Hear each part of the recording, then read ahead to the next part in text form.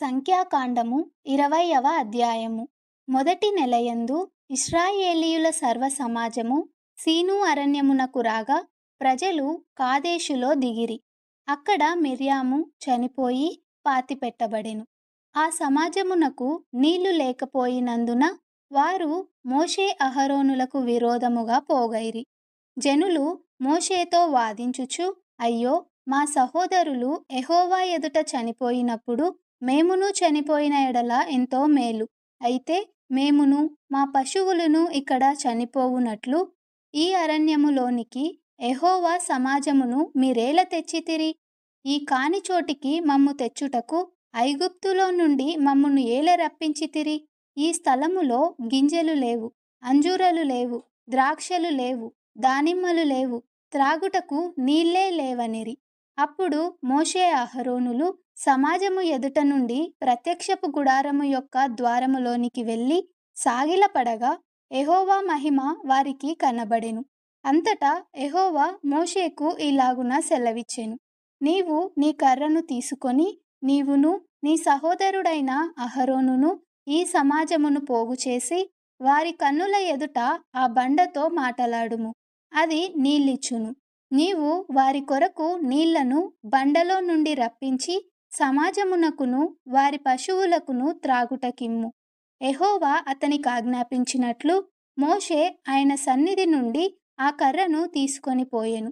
తరువాత మోషే అహరోనులు ఆ బండ ఎదుట సమాజమును పోగు చేసినప్పుడు అతడు వారితో, ద్రోహులారా వినుడి, మేము ఈ బండలో నుండి మీ కొరకు నీళ్లు రప్పింపవలెనా అనెను. అప్పుడు మోషే తన చెయ్యి ఎత్తి 2 మారులు తన కర్రతో ఆ బండను కొట్టగా నీళ్లు సమృద్ధిగా ప్రవహించెను. సమాజమును పశువులను త్రాగెను.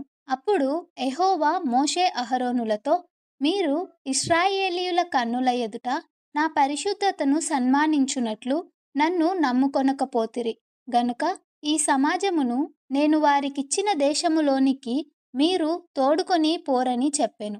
అవి మెరీబా జలమనబడెను.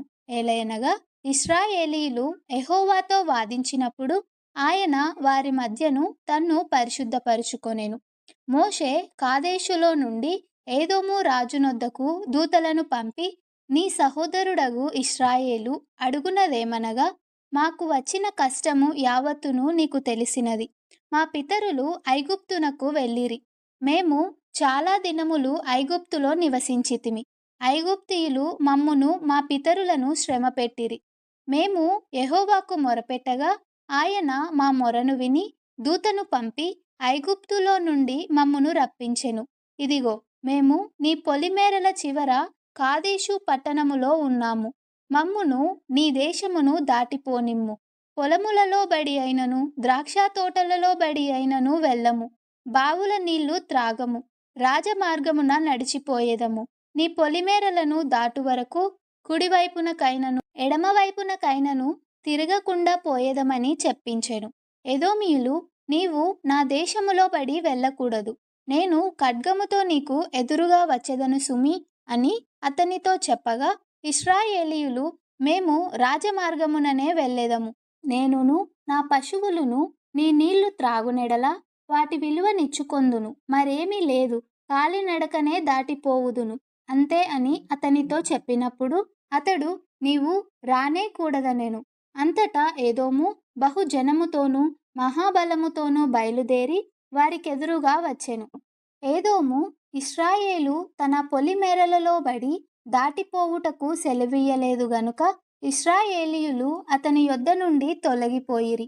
అప్పుడు ఇశ్రాయేలీయుల సర్వ సమాజము కాదేషులో నుండి సాగి హోరు కొండకు వచ్చెను. యెహోవా ఏదోము పొలిమేరల యొద్దనున్న హోరు కొండలో మోషే అహరోనులకు ఇలాగు సెలవిచ్చెను: అహరోను తన పితరులతో చేర్చబడును. ఏలయనగా మెరీబా నీళ్ల యొద్ద మీరు నా మాట వినక నా మీద తిరుగుబాటు చేసితిరి గనుక నేను ఇశ్రాయేలీయులకు ఇచ్చిన దేశమందు అతడు ప్రవేశింపడు.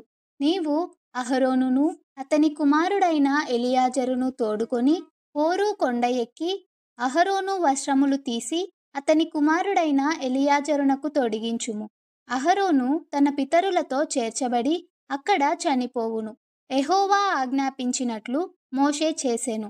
సర్వ సమాజము చూచుచుండగా వారు హోరు కొండనెక్కిరి.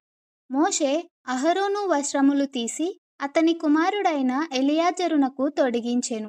అహరోను కొండ శిఖరమున చనిపోయెను. తరువాత మోషేయు ఎలియాజరును ఆ కొండ దిగి వచ్చిరి. అహరోను చనిపోయెనని సర్వ సమాజము గ్రహించినప్పుడు ఇశ్రాయేలీయుల కుటుంబీకులందరును అహరోను కొరకు 30 దినములు దుఃఖము సలిపిరి.